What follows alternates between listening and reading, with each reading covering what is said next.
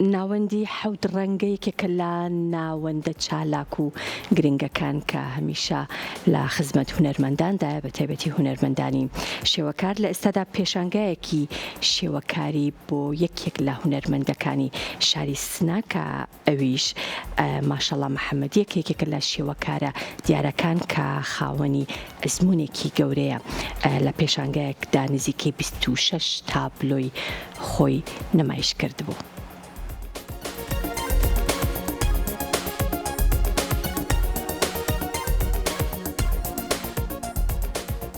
ڕۆژی یەکی ئەم مانگە لە هۆڵی مۆزەخانی نیشتیمانی ئەمنە سوورەکە ناوەندی حەوت ڕەنگە پێشانگای ژیانی بۆ شێوەکاری شاری سنا ماشەڵڵا محەممەدی کردەوە. هونەرمەند ماشەڵڵا محەممەدی لە پێشانگاکەدا نوێترین کارەکانی نمایش کردبوو کە خۆی لە 26 تابلۆی قەبارە جیاواز دەبینیەوە و وا بڕیارە پێشانگاکە بۆ ماوەی هەفتەیەک لە پێشوازی بینەران و ئارەزومەندانی هونەری شێوەکاری دابێت.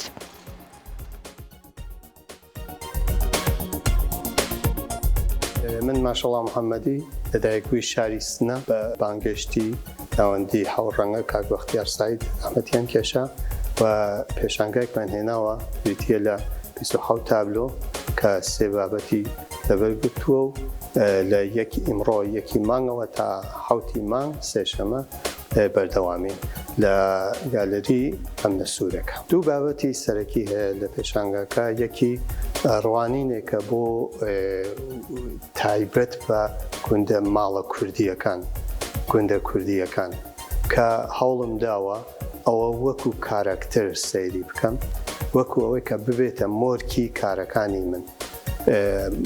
کەسمان هەیە لە تاران یا لە وڵاتەکانی تر مەسەلەن خەبەرەدەن ئەڵێن کە ئەوانمانە لەبیرە کە ماڵەکان کە چراکانی تیا بوو، دیارە ئەوە وەکو مۆرکێ دروست بووە وەکو کاری من. ئەمە نیوەی لە لەوحەکانە و زۆر هەر بەردەوامیشم لەسەری ماوەی 30 ساڵە لەسەری کارەکەم.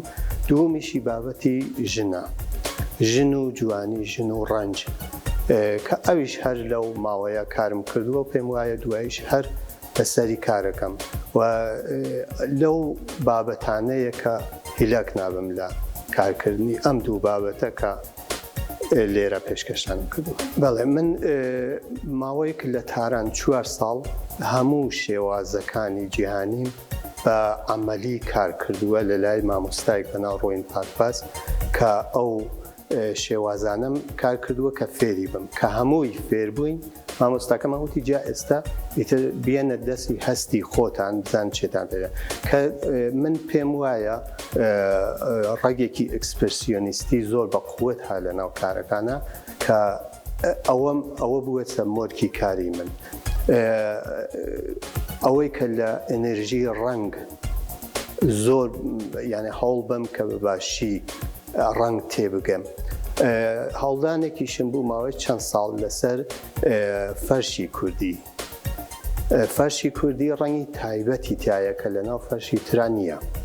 من وەکو سەرچاوەیەک ڕوانینێکم بوو بەسەر ئەو ڕەنگانە بۆ مەسەلەن دایکمان ئەیوت ئەو فەرشە مەسێنە ڕەنگەکەی کوردی نییە، ڕەنگایەتی تیابوو کە ئەوان بەدڵیان بوو لە ناو فەرشیان نەبوو. مەسەلەن ئەگەر فەرشێکیان پسەندای ڕەنگی زرد یا ڕەنگی مەسەن پەمەی تیابووە نەیانەکڕی چون ئەوت ئەوە کوردی نییە.